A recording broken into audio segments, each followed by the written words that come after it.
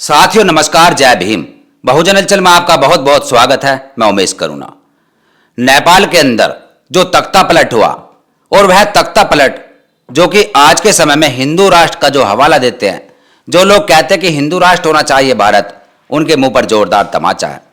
क्योंकि नेपाल को जो हिंदू राष्ट्र कहा जाता था, आज उसी नेपाल में जो वहां के प्रधानमंत्री, गृह मंत्री, वित्त मंत्री, राष्ट्रपति तक को दौड़ा दौड़ाकर उनके साथ जो बेइज्जती की गई, जो पूरे नेपाल की इस समय विश्व भर में निंदा हो रही है, हंसी उड़ाई जा रही है कि आम जनता ने नेपालियों को किस तरह का जो वहाँ पर लोकतंत्र है, नेपाल के अंदर किस तरह की है व्यवस्था है, जो कि एक प्रधानमंत्री, एक गृह मंत्री, एक वित्त मंत्री, राष्ट्रपति तक इस प्रकार से वहाँ खदेड़े गए।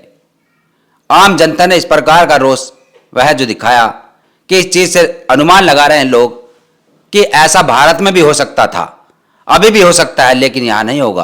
क्योंकि भारत के अंदर डॉक्टर बाबा साहब अंबेडकर जी का लिखा हुआ संविधान चलता है और संविधान की वजह से ही आज भारत टिका हुआ है। जो कि यहाँ पर वर्ण व्यवस्था या हिंदू राष्ट्र का जो हवाला देते हैं वह भी कायम नहीं हो पाता है, वह भी अपने तरीके से स्थायी नहीं हो सकता है। और हम बात करेंगे नेपाल के बारे में। हम आपको बताएं कि 1951 से अब तक नेपाल के अंदर 29 प्रधानमंत्री बने और उन 29 में से 28 पीएम ब्राह्मण जाति के रहे। यानी कि 29 में से 28 ब्राह्मण और क्षत्रिय जाति के नेपाल के अंदर रहे। और इसी वजह से वहां पर जो व्यवस्था है, संवैधानिक व्यवस्था है, जुडिशरी है, सभी जगह ब्राह्मणवादी व्यवस्था का कब्जा है। और जो वहां पर एससी व ओबीसी वर्ग के लोग हैं, यानी कि गैर ब्राह्मण व क्षत्रिय लोग हैं, उनके अंदर रोष था, त्राई त्राई हो रहे थे और उसी रोष की वजह से वहां तख्ता पलट किया गया।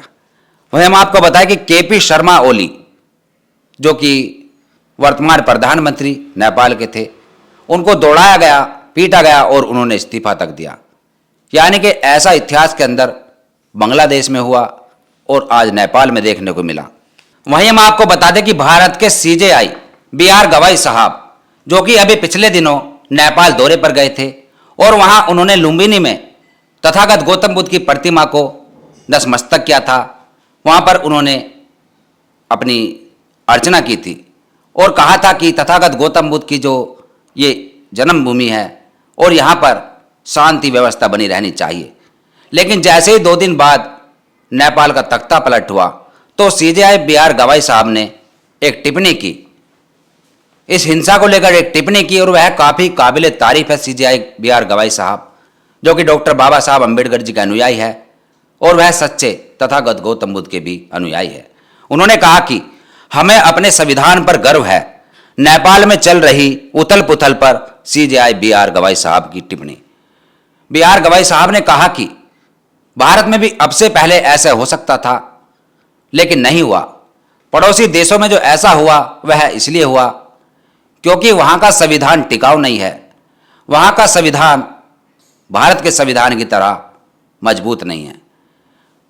और भारत के अंदर डॉक्टर बाबा साहब अंबेडकर जी ने संविधान को इस प्रकार से तैयार किया है कि यहां पर सभी को अपनी बात रखने का अधिकार है, सभी यहां पर विरोध प्रदर्शन कर सकते हैं सरकार के खिलाफ, लेकिन इस प्रकार से हिंसा नहीं भड़का सकते।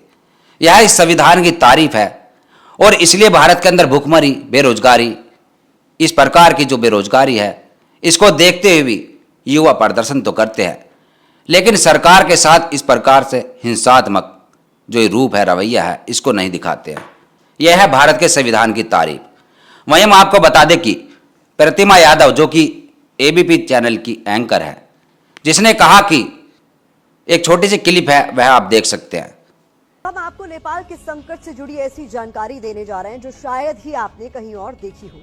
क्या आप जानते हैं कि नेपाल के राजनीतिक संकट के पीछे एक बड़ा फैक्टर जातिवाद भी माना जा रहा है। नेपाल की जनता में सालों से इस बात को लेकर भी नाराजगी रही है कि नेपाल की सरकारों और सरकारी व्यवस्था में ब्राह्मणों का दबदबा रहा है।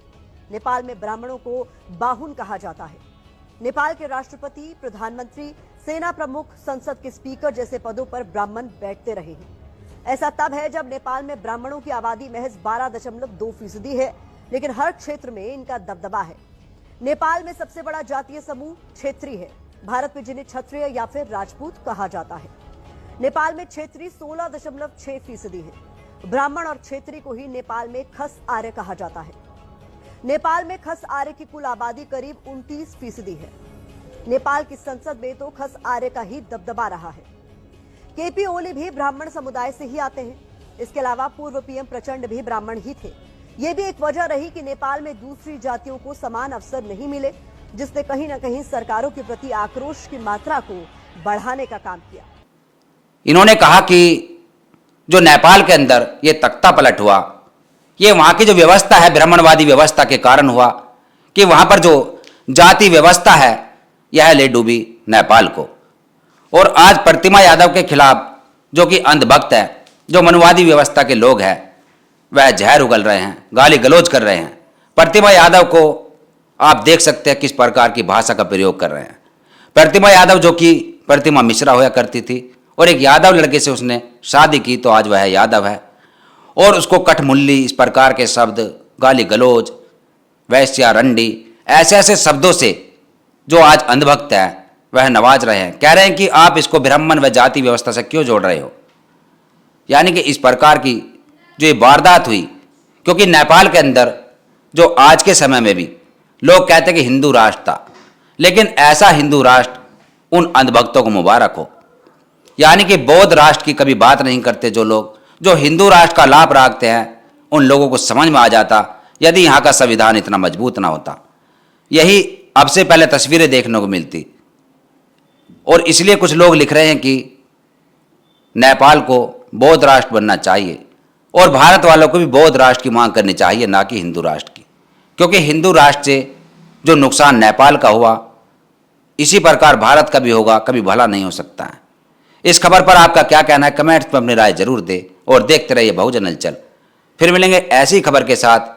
जय भीम, जय भारत, धन्यवाद।